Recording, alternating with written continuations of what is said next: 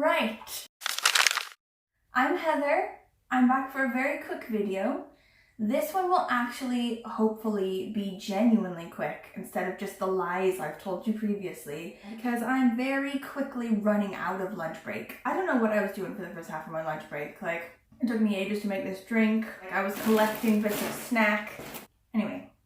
So I'm obviously reporting to you from my bathtub, which I know is weird, but it was -4 degrees this morning, and then it didn't really get any better throughout the day. It's still freezing cold, and I live in a Victorian dump of a house. Like, I don't know what Victorian people thought about temperature. They just basically lived one step away from living outside. But my bathroom, because it's the smallest room in the house but has the same size radiator as every other room in the house, which I also don't understand. It's super, super warm and lovely in the bathroom, and sometimes you just gotta, do what you can to stay warm.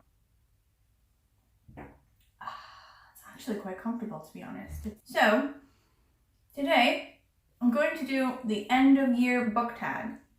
I know that Ariel Bissett made this book tag back in September because her mind obviously has more order and structure than mine, and she sees the endings of things being quite early on in order to plan for when the ending actually comes, whereas my mind works just basically in chaos all the time, and it's not the end of the year until the actual end of the year slams up against me and I go, oh, look, you're here. So December, flipped the calendar over, looked at December and went, holy crap, it's the end of the year. I had so many goals, time to reflect, but only the next 20 minutes because I'm also behind on this thing. And that's just basically my life. So anyway, end of year book tag. I will link Ariel Bissett's original thing down below. So the first question on it is, are there any books you started this year that you need to finish? The answer is, of course, because my mind works in chaos. I've seen loads of people do this tag, and they're like, I'm not really a person that, starts a book and then doesn't finish it and moves on to another thing. And I was like, how nice for you. How lovely it must be to just carry on from one thing to another thing, just in a lovely, orderly, calm way. Me, I'm just all the books all the time. I'm currently reading 6 different books. My Goodreads has 6 open currently reading books. Anyway, so the ones that I definitely need to finish that I'm worried that I might not for the end of the year are this hefty bastard, Straeon nos da I bob rebel ovech. So this one is in Welsh. It's in the Welsh language. Something that I do all the time. I pick up Welsh books determined to get the most of what I've been taught about the Welsh language, because both my husband and my kid speak Welsh natively, and they're now beginning to speak to each other in my presence. So I need to get way better, way fast. The best way to do that is through something that I already know I love to do, which is reading. I can just merge one thing I need to do with one thing I love to do, and surely they'll just marry together. But of course that doesn't really work that way, because I say that I'm going to read this big Welsh book, and then I go, I'll put it aside for now, and I'll pick up this other thing and come back to it. I've been reading this since May, y'all. I need to finish it before at least the end of the stupid year. It's the end of the decade as well. I cannot carry this project through into the next decade. This one, basically, it's a really good idea. If you don't know about it, it's these rebel stories, or these goodnight stories for rebel girls book or whatever, but it's the Welsh translation. The only thing I know that's different about it is that in the English version, I believe Margaret Thatcher is in it, whereas the Welsh version has taken her out so that actual Welsh people will buy it instead of just not doing that. It's pretty cute. It's a really good book, Each sort of woman is someone who's done something great, not necessarily something good, but something great, definitely. Cleopatra's in here, people who aren't necessarily, positive figures, but they were great women. They've done great things. And each page has a really cool picture and also a story about them and what they've done in their lives and everything, which I love. The only problem is that my Welsh is fully bollocks. First one that I need to read. Look, I'm already rambling. I've wasted 9 minutes. Next one I need to get through, definitely. This guy. This book, guys, is so good. Library book by Susan Orlean. It's basically about a huge, like a massive library fire that happened in Los Angeles in like 1986 or something. And the book is mainly about the fire, but it sort of is about everything surrounding the fire as well. Like the person who was convicted for doing it, the people who investigated it, and also just sort of basically an open love letter to libraries, specifically sort of the LA public library system. Sort of the history of LA Public Library, like loads of really interesting sort of like side stories and facts about LA Public Library. And I am absolutely loving it. And every time I sit down and read this, I just devour the crap out of it because it's so good. The only problem, like the reason that I've been reading it since I think September, is that it's so big and heavy. And my life is about how many books can I get in my handbag so that I can go to town. And when I'm sort of looking at, ooh, you know, it's going to be a long night. Do I really want to carry a massive book around? That's when I ditch this one. I love it. And I know that I'm going to really love the end of it if I just sit down and get through it. And I need to do that before the end of this decade because, come on! I've also been trying to read Siddhartha since Reading Rush this year, which was in July. The main problem with this one is that I'm finding it super boring. I'm trying to treat it with gravity, you know? I'm trying to, you know, read it in like the spiritual way that it's meant to be read, you know, and like take it in and think about it. But then I find that I don't know exactly how long it's been since I started thinking about lunch. Do you know what I mean? Like I'm going through it and it's like, did I stop reading and start thinking about lunch here? Or was it like all the way back here? Do you know what I mean? And I think I just might have a personality that can't do that. All of the books sort of like this. I find them just a struggle. And then at the end, instead of thinking, I feel really good and enlightened and sort of in a good headspace, I just instead think, thank God that's done. Can we move on to something trashy now? Because life is already too hard. And I don't want to be that kind of person. Like, my mind obviously could use a bit of calm and order and sort of like spiritual infusion, but it resists quite hard. Next question. Do you have an autumnal book to transition into the end of the year? As if autumn is the end of the year. Don't make me laugh. Autumn is smack in the middle of the year as far as I'm concerned. I did read an autumn book and it was really lovely. It was this one. Pumpkinhead by Rainbow Row, illustrated by Faith Erin Hicks. It's like, I think quite a lot of people have read this. It was like big on BookTube for a while. But it's a graphic novel. I haven't really been into graphic novels like previously, before sort of this whole BookTube business. But now that I've sort of like, you know, ventured into them, I absolutely love them. I love them. I read loads of them all the time. Also, I've gotten my kid into them. My kid loves them as well, which has stopped us having to read really horrible kids' books. Now we can just read mommy's books because they have so many pictures. Because it's no longer autumn and autumn is not actually the end of the year. I also have an end of the year season type book, which is One Day in December, I think, is an audiobook that's living on my phone. Okay, number 3. Is there a new release you're still waiting for?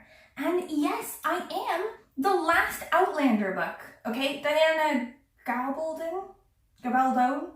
She is awesome. Her writing is awesome, okay? And I've read all 7 of the Outlander books that she has written, and apparently she's only gonna write one more. The 8th book, the end of the Outlander series. It is going to be called Go Tell the Bees That I Am Gone, and I've been waiting for it for about 3 years. But this year is when it really started to sort of hype up. Like, she started releasing like excerpts, you know, she was like giving little hype bits on her Insta and everything, and not her Insta, her Facebook and stuff. People are like bugging her now. They're like, when is it coming out? When is it coming out? And she's like, you know, it's not up to me. You know, I've released it. Like, now we just have to wait for the publishing. And I'm like, somebody needs to do something before I just die of the anxiety waiting for this book to happen. Next question. What are 3 books you want to read before the end of the year? And those ones are the ones that I'm going to read over Christmas in Hawaii. So we are going to Hawaii for Christmas, and I always, like whenever I go on a vacation somewhere, I always try to read books that are sort of roughly themed around where I'm going or what I'm going to do when I'm there. I have 3 Hawaii themed books that I'm going to take with me, and I know that they're like quite hefty and big, but that's basically how I roll. Like, no underpants really, no like trousers, no like extra toiletries, just books. Like, the books are the most important thing to pack. Well, the first one I have is The Descendants by Cowie Hart Hemmings. Like, I've already seen this movie because, obviously, but I have heard that the book is still worth reading even if you've seen the movie. So, a descendant of one of Hawaii's largest landowners, Matt King, finds his luck changed when his fun-loving, flighty wife Joni falls into a coma. Oh, charity shop stickers on. Something, boating accident. Matt is left in sole charge of his 2 daughters, teenage ex-model and recovering drug addict Alex, and Scotty, a feisty 10-year-old. And then Matt discovers Joni has been having an affair. Deciding to seek out Joni's lover so that he too has a chance to say his goodbyes, Matt takes to the road with his daughters on a memorable journey of painful revelations and unexpected humor. I'm so excited about that. The next one is quite a hefty one, but I think it's going to go quite quick. It's called Honolulu by Alan Brennert, author of Molokai. So my aunt actually told me about this one. She said that it was super good, so I was just like, okay, yeah, I'm gonna get it. It's Hawaii themed. Traveling to Hawaii as a picture bride in 1914, Regret finds not the affluent young husband and chance at an education that she has been promised, but a poor embittered laborer who takes his frustrations out on his new wife. Renaming herself Jin, she makes her own way in this strange land, finding both opportunity and prejudice. With the help of 3 fellow picture brides, Jen prospers along with her adopted city, now growing from a small territorial capital into the great multicultural city it is today. But paradise has its dark side. Whether it's the daily struggle for survival in Honolulu's tenements or a crime that will become the most infamous in the island's history, with its passionate knowledge of a Hawaii far off the tourist track. What are words? Honolulu is the spellbinding tale of 4 women in a new world united by dreams, disappointment, sacrifices, and friendship.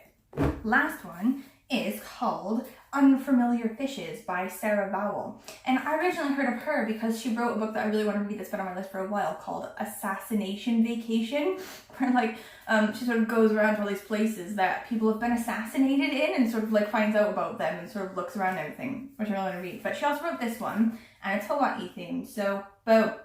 Many think of 1776 as the defining year of American history, when we became a nation devoted to the pursuit of happiness through self-government. Sarah Vowell argues that 1898 might be just as defining when, in an orgy of imperialism, the United States annexed Hawaii, Puerto Rico, and Guam, and invaded first Cuba, then the Philippines, becoming an international superpower practically overnight. Vowell considers the Americanization of Hawaii the most intriguing, from the arrival of New England missionaries in 1820 to the events leading up to American annexation, featuring a cast of beguiling, appalling, and tragic characters, including sugar barons, brother husbands, con men, Theodore Roosevelt, and the last Hawaiian queen. With her trademark wry insights and reporting, Vowell explores the odd, emblematic, and exceptional history of the 50th state, and so doing, finds America warrants it all. God, you guys. Excited! 2 questions left.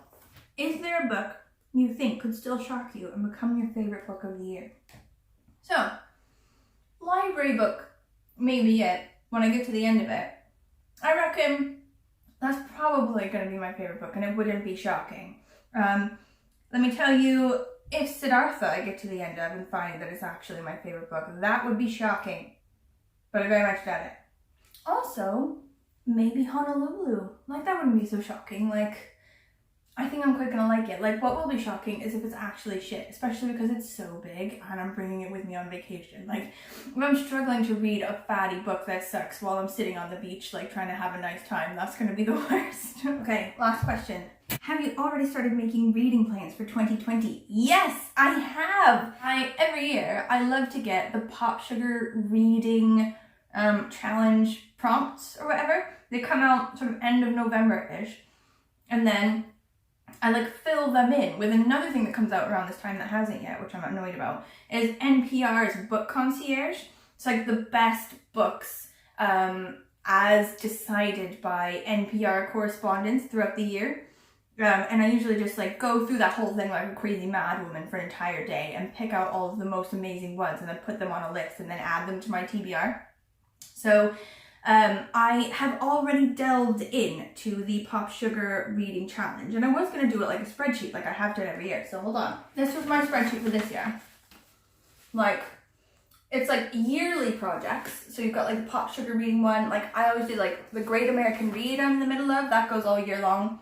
I'm also doing book clubs and trying to like get my book pile down. I'm trying to read more books than I buy, which is amazing right now.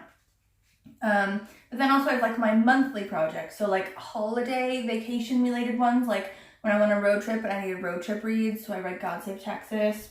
I started doing like BookTube.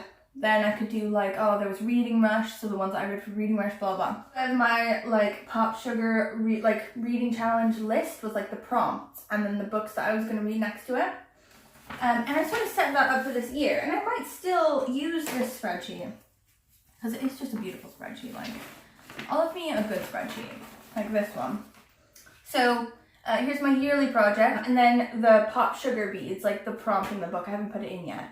But then also like monthly things here, like I was thinking I might try to do owls and newts this year with BookTube, because I saw it last year and I didn't get to do it, but I thought it was really good. But when I sat down to sort out my Pop Sugar reads in my spreadsheet, something crazy happened. And I decided to get a bigger spread. The small spread isn't good enough. I need it to be bigger, and I need it to be on paper so that I can write it in. But then I needed to be able to move books around. So I wrote them on sticky notes. Then I was like, just the title of the book means nothing to me really. I need to be able to see the cover and remind myself of why it is that it's on my list that I want to read. So then I had all the covers out.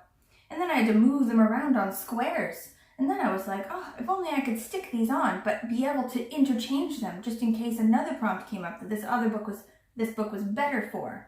So that manifested itself in the world's largest craft project, because of all of the pieces of my personality, the one to do with reading and crafting is most extra. Hold on. That has manifested itself as this ridiculously extra project.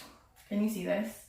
So it's the Pop Sugar Reading Challenge for 2020. I've put the prompt and then the book that I'm sort of currently thinking of reading to that prompt.